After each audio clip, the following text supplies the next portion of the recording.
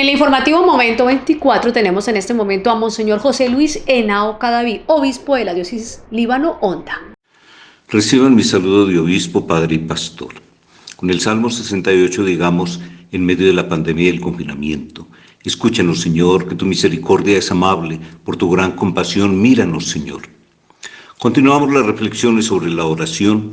Nos detenemos en Abraham, nuestro padre en la fe, que nos da testimonio de su relación orante con Dios, oración de intercesión por el pueblo. Nos dice el catecismo de la Iglesia: cuando Dios lo llama, Abraham se pone en camino como se lo había dicho el Señor. Todo su corazón se somete a la palabra y obedece. La escucha del corazón a Dios que llama es esencial a la oración. Las palabras tienen un valor relativo. Por eso la oración de Abraham se expresa primeramente con hechos. Hombre de silencio, en cada etapa construye un altar al Señor. Solamente más tarde aparece su primera oración con palabras, una queja velada, recordando a Dios sus promesas que no parecen cumplirse.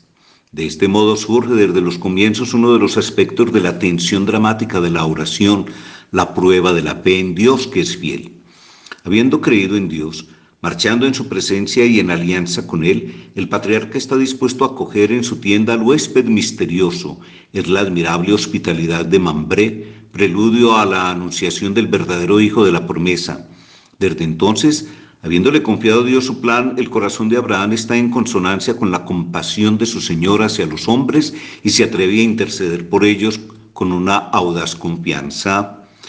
Como última purificación de su fe, se le pide al que había recibido las promesas que sacrifique al Hijo que Dios le ha dado. Su fe no vacila, Dios proveerá el cordero para el holocausto. Así el Padre de los creyentes se hace semejante al Padre que no perdonará a su propio Hijo, sino que lo entregará por todos nosotros. La oración restablece al hombre en la semejanza con Dios y le hace participar en la potencia del amor de Dios que salva a la multitud. Dios renueva su promesa a Jacob, cabeza de las 12 tribus de Israel. Antes de enfrentarse con su hermano Esaú, lucha una noche entera con alguien misterioso que rehúsa revelar su nombre, pero que le bendice antes de dejarle al alba. La tradición espiritual de la Iglesia ha tomado este relato, el símbolo de la oración, como un combate de la fe y una victoria de la perseverancia. Hasta aquí el catecismo de la Iglesia. El apóstol Pablo, en la carta a los Romanos, dedica todo el capítulo 4 para hablar sobre la fe de Abraham. Lo presenta como un hombre lleno de confianza y esperanza en Dios, una esperanza que, dice el apóstol, no defrauda porque no se basa en la debilidad humana ni en la incertidumbre de los acontecimientos, sino que está garantizada por la acción de Dios. El modelo de la esperanza es Abraham, que creyó esperando contra toda esperanza. San Pablo describe la fe de Abraham con estas palabras: no vaciló en su fe al considerar su cuerpo ya sin vigor, tenía unos 100 años, y el seno de Sara estéril. Por el contrario, ante la promesa divina, no se dio a la duda con incredulidad, más bien, fortalecido en su fe, dio gloria a Dios con el pleno convencimiento de que poderoso es Dios para cumplir lo prometido. La fe de Abraham ha sido más fuerte que la muerte, pues creyó en Dios como aquel que da la vida a los muertos y llama a las cosas que no son para que sean. Creyó y esperó en Dios y en sus promesas, reconoció la grandeza de Dios. Como creyentes, al igual que Abraham, nuestro padre en la fe, sepamos reconocer la grandeza de Dios y colocar nuestra confianza y esperanza en su poder vivificante, ya que creemos en aquel que resucitó de entre los muertos a Jesús nuestro Señor, a quien Dios entregó a la muerte por nuestros pecados y resucitó para nuestra salvación. Quienes creemos en Cristo, estamos llamados a vivir en paz con Dios porque hemos recibido la gracia de la salvación. Esto no significa que mientras sigamos en el mundo estemos libres del mal, no. Siempre vamos a ser víctimas del mal y del dolor. Vamos a sufrir tribulaciones y contrariedades como nos pasa en este momento de la pandemia y el confinamiento. La gracia que los creyentes hemos recibido a través de la muerte y resurrección de Cristo no anula nuestra condición de pecadores, ni nos evita la dura realidad de la vida como la experimentamos hoy. Lo importante siempre va a ser que luchemos por permanecer fieles a Dios y tener depositada en Él nuestra confianza, sabiendo que el mal no será para siempre, que ya ha sido derrotado por la pasión, muerte y resurrección de Cristo.